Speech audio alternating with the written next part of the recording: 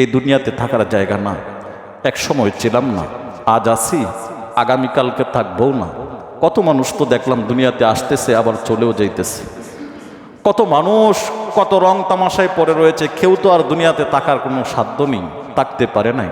ঠিক তার ধারাবাহিকতায় কোনো না কোনো একদিন আমার নামটাও মসজিদের মাইকের মধ্যে মৃত লাশ ঘোষণা হয়ে যাবে, অমুক তো আর দুনিয়ায় নাই, অমুক তো চলে গেছে। আপনার আমার জানাজা কাজ সম্পন্ন করার জন্য আমার প্রতিবেশী ভাই বেরাদর আপনজনেরা আসবে, মাটি দিয়ে আমাকে কবরে দাফন করে রেখে দিবে। হয়তো 2, 4, 5, 10 দিন, কেউ বা 40 দিন যাবৎ পর্যন্ত তার আপনজনের জন্য বেদনায় সে কাঁদবে। কিন্তু এই দিনগুলো যখন অতিবাহিত হয়ে চলে যাবে, বছরকে বছর চলে যাবে, কেউ আর আপনাকে স্মরণ করবে না, কেউ আর আপনাকে অনুসরণ করবে না। আপনার আপন সন্তান, যার জন্য জানমাল জীবন যৌবন সবকিছু বিসর্জন করে দিলেন, সেই কলিজার টুকরা সন্তানটাই আপনার জন্য কাঁদবে না, আপনার জন্য একটু দোয়াও পর্যন্ত করবে না। একটা সময় আপনাকে ভুলে যাবে। দোস্ত, তাহলে কিসের জন্য, কার জন্য, কোন মায়ায়, কোন নেশায় আমি কার জন্য কি করব? হ্যাঁ, দুনিয়া করার জন্য আমি নিষেধ করি নাই, আল্লাহও নিষেধ করেন নাই, নবীজিও নিষেধ করেন নাই। দুনিয়ার ভিতরে আখেরাত নেই, বরং আখেরাতের রাস্তায় আল্লাহ তাআলা দুনিয়া রেখে দিয়েছেন। কোনো একজন বান্দা যদি সে মূল জীবনের টার্গেট করে নেই যে আমার আখেরাত মূল টার্গেট, দেখবেন আখেরাতের রাস্তায় যখন সে চলবে, এই রাস্তার ভিতরে দেখবেন দুনিয়া অটোমেটিকলি তার কাছে আইসা ধরা দিবে। আমাদের আকাবির আসলাফ বড় বড় বুজুর্গানে দিন যারা, শাইখে গহরপুরি রহমাতুল্লাহ আলাইহি সহ অন্যান্য বুজুর্গানে কেরাম যারা আমরা ছোটবেলা থেকে দেখে আসছি, তিনাদের জীবন দেখেন, তাদের ইতিহাস তালাশ করিয়া তারা এমনভাবে চলাফেরা করছেন, দুনিয়াটাকে লাথি মেরা দূরে সরাইয়া দিচ্ছে। একটা অজানা তত্ত্ব আপনাদেরকে বলি, দারুল উলুম দেওবন্দ, দারুল উলুম হাটহাজারী মাদ্রাসা আমরা সকলেই চিনি জানি। সেই মঈনুল ইসলাম হাটহাজারী মাদ্রাসার যিনি মুহতামিম ছিলেন আল্লামা শাহ আহমদ শফি রহমতুল্লাহ আলাইহি, আমরা দেখেছি উনাকে, আমি নিজে দেখেছি। উনি ওমরা করার জন্য মক্কায় গেলেন। যখন ওমরা করে যখন ফেরত আসবেন, ঠিক ওই মুহূর্তে ভিডিও চিত্রগুলো লাইভ টেলিভিশনের মধ্যে দেখলাম, তুইলা ধরছেন। হুজুর চলে আসতেছেন, গাড়িতে উঠবেন, এমন অবস্থায় সৌদির স্থানীয় মানুষরা এবং প্রবাসীরা বিটকিস বড়ে, এটা আমি মিথ্যা কথা বলতেছি, বিটকিস বড়ে টাকা, বিটকিস এটা হুজুরের কাছে দিতেছে। হুজুর নেন, এটা আপনার মাদ্রাসার জন্য, হুজুর এটা আপনার ইফতা বিভাগের জন্য, হুজুর এটা আপনার কিতাব বিভাগের জন্য, হুজুর এটা আপনার নুরানি বিভাগের জন্য, হুজুর এটা আপনার ব্যক্তিগত খরচ করার জন্য, নেন, টাকা নেন। হুজুর লাঠি হাতে নিয়ে 2 হাতে লাঠি দেয়া আঘাত করতেছে আর বলতেছে, আমার তো টাকার দরকার নেই, আমার মাদ্রাসার কোনো টাকার দরকার নেই, আমার টাকা পয়সার কোনো প্রয়োজন নেই। জীবনটাকে এমনভাবে রাঙাইছে, এমনভাবে সাজাইছেন, টাকার দুনিয়ার মহব্বতটাকে লাথি মাইরা দূরে পালাইয়া দিছে। তো দুনিয়া তার পিছনে তাবে হয়ে গেছে, তার আনুগত্য হয়ে গেছে। তখন তার দুনিয়ার কোনো পেরেশানি আর টেনশন নাই। কারণ কেন? আল্লাহ তাআলা বলেন, ওয়ামা মিন দাব্বাতিন ফিল আরদি ইল্লা আলাল্লাহি রিজকুহা, বলেন সুবহানাল্লাহ। আল্লাহ তাআলা বলেন, আসমান জমিন চন্দ্র সূর্য গ্রহ নক্ষত্র লৌহ কলম, তুমি যা কিছু দেখো অথবা না দেখো, মহাশূন্যের ভিতরে যে প্রাণীগুলো উঠতেছে, যেটা তোমার চোখে তুমি দেখতেও পারো না, কল্পনাও করতে পারো না, ধারণাও করতে পারো না, আল্লাহ বলেন, বান্দা জানো কি? ওয়ামা মিন দাব্বাতিন ফিল আরদি ইল্লা আলাল্লাহি রিজকুহা, আল্লাহ বলেন ওই সমস্ত প্রাণীদের রিজিকের ব্যবস্থাও আমি আল্লাহ করে থাকি, বলেন সুবহানাল্লাহ। 4 আঙ্গুল একটা পেট, মাত্র কয় আঙ্গুল বলেন তো? 4 আঙ্গুল একটা পেট। এই পেটটাকে ভরার জন্য মানুষ কত কিছুই না করে থাকে, কত পেরেশানি আর কত টেনশন, সুদ ঘুষ অন্যায় অবিচার জুলুম নির্যাতন, মানে যে কোনো ভাবে হোক আমার বর্তে হয়। অন্যদিকে তাকায় দেখেন তো, আমাদের পরিচিত একটি হাতি, একটা প্রাণী হইল হাতি। হাতির পেটটা কি মানুষের চাইতে ছোট না বড়? কথা বলেন না কেন? মানুষের চাইতে ছোট না বড়? তার মানে একটা হাতির যেই পরিমাণে খাদ্য লাগে, একটা হাতির যেই পরিমাণে খাদ্য লাগে, কয়েকটা মানুষ একত্রে খাদ্য একত্রিত করলে যেই পরিমাণ হবে, তার এক বেলার খাদ্য এতটুকু লাগে।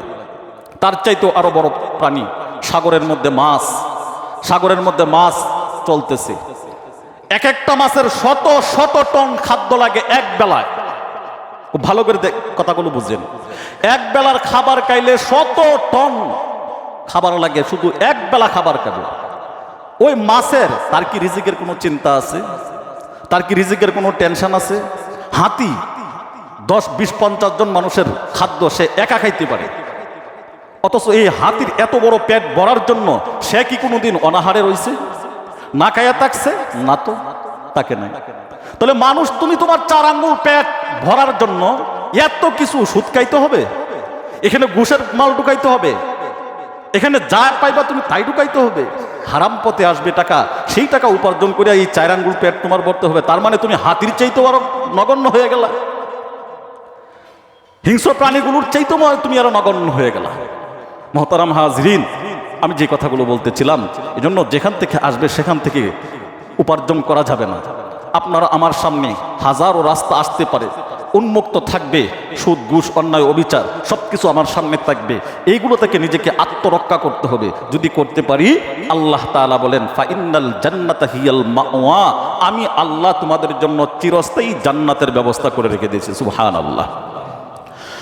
মুসলমান ভাইয়েরা, আমার কথা দিল দিয়ে বুঝবেন, এই দুনিয়া থাকার জায়গা নয়। আমাদের পূর্বপুরুষরা যারা ছিল তিনারাও থাকতে পারে নাই, আমিও থাকবো না, আমিও একদিন চলে যেতে হবে। তারই ধারাবাহিকতায় না জানি কখন জানি আমার মৃত নাম ঘোষণা হয়ে যায় মাইকের মধ্যে, অমুক তো আর দুনিয়ায় নাই। মুসলমান বন্ধুরা আমার, আব্দুর রহমান আর দুনিয়ায় নাই। আব্দুর রহমানের জানাজা সম্পন্ন করার জন্য তার আপনজন, তার প্রিয়জনেরা, এলাকা প্রতিবেশীরা আসবে, এসে তাকে দাফন করে রেখে দিবে। ও ভাই, এই যে কবরের মধ্যে রাখা হইল, দেখেন তো দুনিয়ার সমস্ত কিছু মিলাইয়া দেখেন। আপনার পূর্বপুরুষ যারা দুনিয়া ছেড়ে চলে গিয়েছে, তাদের আপনজন কেউ তো আর কবরের মধ্যে যায় নাই। কবরের মধ্যে যাবেন তো যাবেন একা, এই কবরে কোনো সাথী নাই, কোনো বাতি নাই, কেউ আপনজন যাবে না। যেই ছেলের জন্য, যেই মেয়ের জন্য, যেই বিবি বাচ্চার জন্য তামাম জিন্দেগি, জীবন যৌবন সমস্ত বিসর্জন করে দিয়ে শরীরের রক্ত পানি করে উপার্জন করে তাদের জীবিকা নির্বাহ করার জন্য প্রচেষ্টা চালিয়ে গিয়েছেন, আপনি মরে দেখেন, আপনি মরে দেখেন একবার। এই জন্যই তো আল্লাহ তাআলা বলেন, বান্দারে আমার কবরের মধ্যে যখন আসবা, তুমি কবরের মধ্যে আসার আগে তুমি একবার নিজেকে মৃত্যুর জন্য তৈরি করে দেখো, তোমার আপনজন পৃথিবীতে কে আছে। মাঝে মধ্যে একটু নিজে নিজে একা নিরিবিলি ঘরের কোনায় অথবা মসজিদের কোথাও এক জায়গায় একটু বসবেন, বৈশা চোখগুলো বন্ধ করিয়া একটু চিন্তা করবেন, এই বুঝি আমি মারা গেলাম। কল্পনা করবেন, এই বুঝি আমি মারা গেলাম, আমার আপনজন ছেলেমেয়েরা চতুর্দিক থেকে আমাকে বের করে কান্নায় ভেঙে পড়েছে। কেউ বা আমার লাশের কাফন আনার জন্য বাজারের মধ্যে চলে গিয়েছে, কেউ আমার লাশকে গোসল করানোর জন্য গরম পানি করতেছে, কেউ বা বড়ই পাতা আনতেছে, আবার কেউ বা আমাকে দাফন করার জন্য বাঁশের ঝাড় থেকে বাঁশ কেটে ঠিকঠাক করতেছে আমাকে দাফন করে ফেলার জন্য। ও মুসলমান, এইভাবে গভীরভাবে চিন্তা করবেন, দেখেন মনে করেন এই আমাকে গোসল করাইলো, এই বুঝি আমাকে কাপন চড়ানো হয়ে গেল, আমাকে লাশ খাডুল্লার মধ্যে উঠানো হইল, কবরের দিকে আমাকে নিয়ে যাওয়া হইল। কবরের মধ্যে যখন যাইলাম, যাওয়ার পরে কবরের ভিতরে আমাকে ঢুকাইয়া দেওয়া হইল। উপর দিক থেকে বাঁশের খাটকি, উপর দিক থেকে বাঁশের চাউনি দিয়া দিল। এ মুসলমান ভাইয়েরা, উপর দিক থেকে বাঁশের চাউনি দিয়া মাটি উপরে দিয়া চলে আসলো।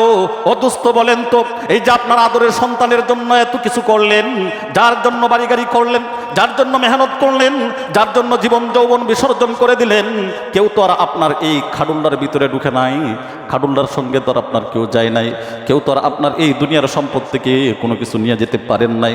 পয়গম্বর আরবি বলেন, উম্মত রে, এই যে দুনিয়ার সম্পদ তুমি অর্জন করেছো, তার থেকে বেশি সামান্য একটু কাফনের কাপড়ও তোমার সঙ্গে যাবে। তাও আবার পয়গম্বর আরবি বলেন, ময়দানে মাহশরে এই কাফনের কাপড়ও তোমার গায়ে পরিধানে থাকবে না, তুমি উঠবা তো উলঙ্গ অবস্থায়। আম্মা জান আয়েশা সিদ্দিকা রাদিয়াল্লাহু তাআলা আনহা পয়গম্বরকে বলেন, নবী গো, এই যে ময়দানে মাহশরে আপনি বললেন, ময়দানে মাহশরে প্রত্যেকটা আদম সন্তান উলঙ্গ অবস্থায় হাসরের ময়দানের মধ্যে উঠবে। এই উলঙ্গ অবস্থায় যখন উঠবে, নবী গো, ওই ময়দানে মাহশরে মানুষের মধ্যে কি কোনো লজ্জাবোধ থাকবে না? মানুষের কি কোনো শরম হবে না? মানুষ কি কোনো লজ্জা পাইবে না? পয়গম্বরে আরবি বলেন, এ আয়েশা, তুমি এই আয়াতের প্রথম অংশ বুঝেছো, দ্বিতীয় অংশটা বুঝো নাই। ময়দানে মাহশরে এই যে মানুষগুলো উলঙ্গ অবস্থায় বস্ত্রহীন অবস্থায় যখন তাদেরকে উঠানো হবে, প্রত্যেক প্রত্যেকটা আদম সন্তান নিজের লজ্জাস্থান হেফাজত করার জন্য নিজের দিকে তাকাইবে, অন্য কাহারও দিকে তাকানোর কোনো সুযোগ পাইবে না। মুসলমান বন্ধুরা, তাহলে বোঝা গেল কি, আম্মা জান আয়েশার কথা অনুযায়ী পয়গম্বর আরবি সাল্লাল্লাহু আলাইহি ওয়াসাল্লাম যে উত্তর দিলেন, হে উম্মতের দল, ওই ময়দানে মাজিদের মধ্যে যখন তোমাকে উঠানো হবে, দুনিয়ার কোনো সম্পদ থেকে তোমার কোনো কিছুই যাবে না। যেমন তুমি আসছো দুনিয়াতে উলঙ্গ অবস্থায়, যাইবাও এই দুনিয়া ছেড়ে আবার উলঙ্গ অবস্থায়। কাহারও জন্য বেশি থেকে বেশি পয়গম্বর বলেন, তুমি যখন মারা যাইবা, তোমার লাশটা কবরের ভিতরে যখন প্যাকেটিং করে ঢুকানো হবে, সর্বোচ্চ তোমার কোটি কোটি মিলিয়ন মিলিয়ন টাকা পয়সা থেকে, তোমার গাড়ি বাড়ির সম্পদ থেকে সামান্য একটু কাপড়ের টুকরা দিয়া, মাত্র 3 টুকরা কাপড় দিয়া তোমাকে দাফন করে দেওয়া হবে। আল্লাহর পয়গম্বর আরবি সাল্লাল্লাহু আলাইহি ওয়াসাল্লাম বলেন, উম্মত রে, এই কবরের মধ্যে যখন 3 টুকরা কাপড় দিয়া তোমাকে ঢুকায়া দেওয়া হবে, দুনিয়ার সম্পদ থেকে এই 3 টুকরা কাপড় তোমার কবর পর্যন্ত গেল। আল্লাহর নবী বলেন, উম্মতের দল, আবার ময়দানে মাজিদের মধ্যে যখন তোমাকে উঠানো হবে, এই 3 টুকরা কাপড়ও তোমার পরিধানের মধ্যে থাকবে না। তাহলে যাই দুনিয়ার জন্য তুমি এত কিছু করো, যে দুনিয়ার পিছনে তুমি দৌড়াইতেছো, এই দুনিয়া তো সঙ্গে তোমার গেল না, দুনিয়া থেকে কোনো কিছুই তো সঙ্গে নিয়ে কবরে যাইতে পারলা না। বন্ধুরা আমার, এজন্যই তো বলি, দুনিয়া এমন একটি বস্তুর নাম, দুনিয়া এমন একটি বস্তুর নাম, মৃত একটা গরু, মৃত একটা গরু, এই গরুটাকে খায় শিয়ালে, খায় কুকুরে। মরা গরুটা যখন ফেলে দেওয়া হয়, মৃত গরুটাকে তার গোশত চামড়াগুলো, চর্বিগুলোকে চিবায়া চিবায়া হিংস্র প্রাণীগুলো যেগুলো আছে তারা এটাকে বক্ষণ করে। ও মুসলমান ভাইরা আমার, খুব ভালো করে বুঝবেন, সর্বশেষ বাট যেটা থাকে, সর্বশেষ বাট থাকে কুকুরের বাট, শিয়ালের বাট, শকুনের বাট, এইখান থেকে তারা এই গোশতটাকে পরিধান করে। মুফাসসিরিনে কেরাম তাফসীরের কিতাবের মধ্যে উল্লেখ করেন, মুসলমান ভাইরা আমার, বলা হয় এই যে দুনিয়াটা, এটা হলো একটা মৃত গরু সমতুল্য, একটা মৃত গরু পরিমাণ। এটার মধ্যে বলতে নাই নাই কোনো কিছু নাই। একটা গরু মারা যাইলে পরে এই গরুটার পিছনে দৌড়ায় শিয়াল কুকুর। ঠিক তেমনিভাবে যারা মূল আখিরাতকে ভুলে গিয়ে এই দুনিয়ার পিছনে দৌড়ায়, তারাও হইল শিয়াল কুকুরের চাইতেও আরো নগণ্য। বলেন নাউযুবিল্লাহ। শিয়াল কুকুরের চাইতেও অদম। কারণ কেন?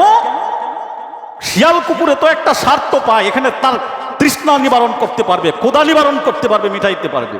কিন্তু দুনিয়ায় এমন একটি বস্তু আপনি চাইলেও পাইবেন না। মান কানা ইউরিদুল আজিলাতা আজ্জালনা ফিহা মা নাশা।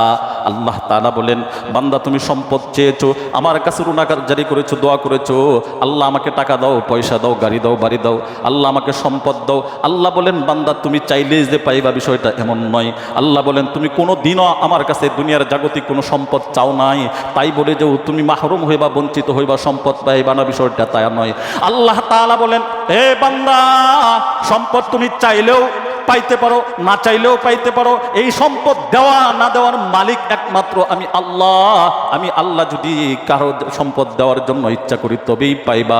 তুমি চাইলে পাইবা তাও নয়, না চাইলেই পাইবা না তাও নয়। আমি আল্লাহর যখন ইচ্ছা হইব তখনই তোমাকে সম্পদ প্রদান করব।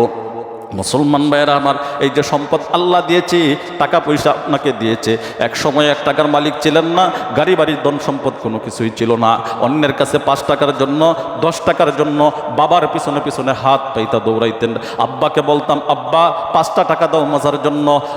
দুনিয়ার সম্পদ থেকে আমার কোনো কিছুই ছিল না, আমি অন্যের দ্বারস্থ ছিলাম। আমি যখন ধীরে ধীরে বড় হইলাম, বড় হওয়ার পরে আমার অনেক টাকা সম্পদের মালিক হইল।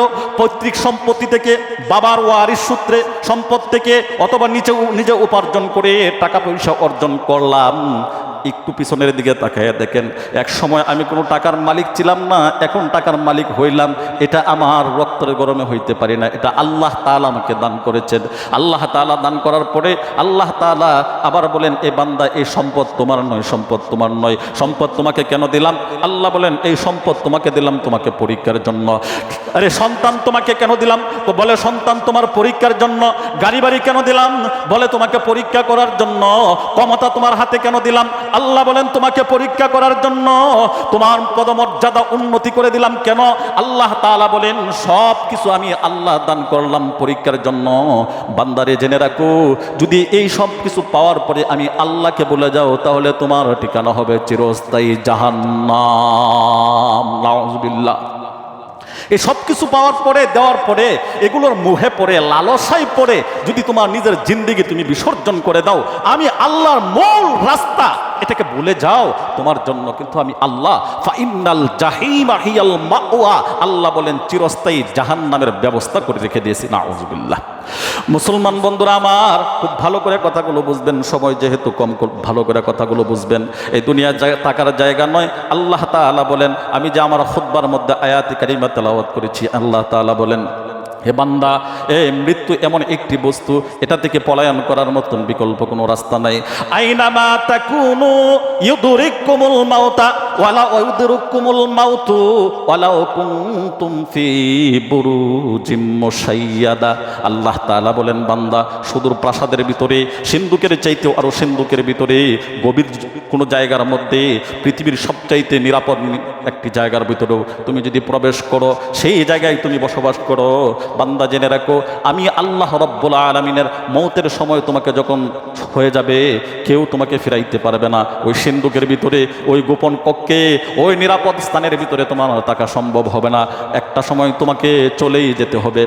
মুসলমান ভাইয়েরা আমার, চিন্তা করে দেখেন, পয়গম্বর হযরতে দাউদ আলাইহিস সালাতু ওয়াস সালাম, তিনার ওফাতের যখন সময় হয়ে গেল, মৃত্যুর যখন সময় হয়ে গেল, এমনই অবস্থায় পয়গম্বর দাউদের কাছে মালাকুল মউত আজরাইল যখন এসে হাজির হইলেন, আর আজরাইল এসে যখন সালাম প্রদান করলেন, খুব ভালো করে বুঝেন, আপনি কোন নবীর বংশধর, কোন নবীর নাতিপুতি, কার কি আছে, আপনার বংশমর্যাদা কি আছে, কোনো অলি বুজুর্গর সাথে কোনো সম্পর্ক আছে কিনা। পয়গম্বর দাউদ আলাইহিস সালাতু ওয়াস সালামের কাছে যখন মালাকুল মউত এসে হাজির হইল, সালাম প্রদান করলেন, নবী গো, আমি আসছি আপনার জান কবজ করার জন্য।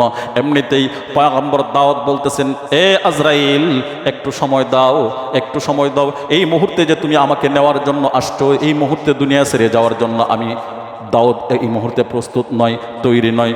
বলতেছেন, এই মুহূর্তে যাওয়ার জন্য আমি তৈরি নয়, আজরাইল আমাকে একটু সময় দাও। এমনিতেই মালাকুল মউত আজরাইল পয়গম্বর দাউদকে বলতেছেন, ও দাউদ, তোমার প্রতিবেশী যে অমুক বন্ধু ছিল, তোমার ওই বন্ধু কোথায়? দাউদ পয়গম্বর বলেন, উনি তো আরো 1 বছর 2 বছর আগে মারা গেছে।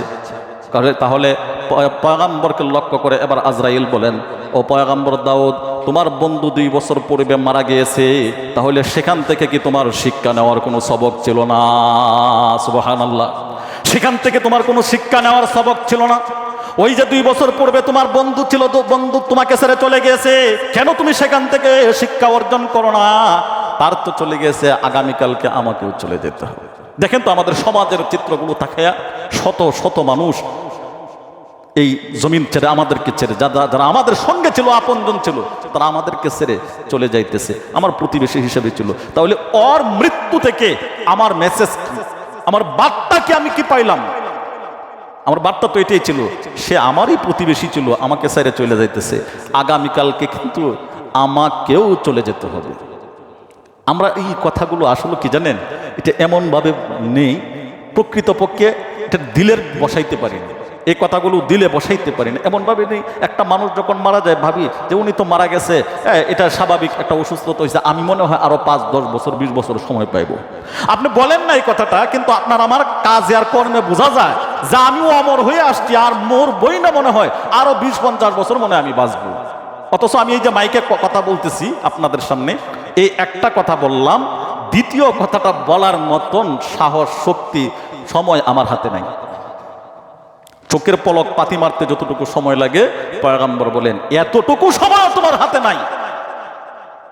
তাহলে তুমি গুনাহ করতেছো, অপরাধ করতেছো, পরিবর্তন কখন হইবা? আগামীকাল, আগামী একদিন পরে, 1 বছর 2 বছর 5, 10, 20 বছর পরে পরিবর্তন হইবা না, বলে কখন? তুমি এখনই পরিবর্তন হইবা, এখনই পরিবর্তনের সময়। যে কথাগুলো বললাম, আল্লাহ তাআলা আমাদেরকে বোঝার, আমল করার মতন তৌফিক দান করুন। সকলে বলেন আমিন।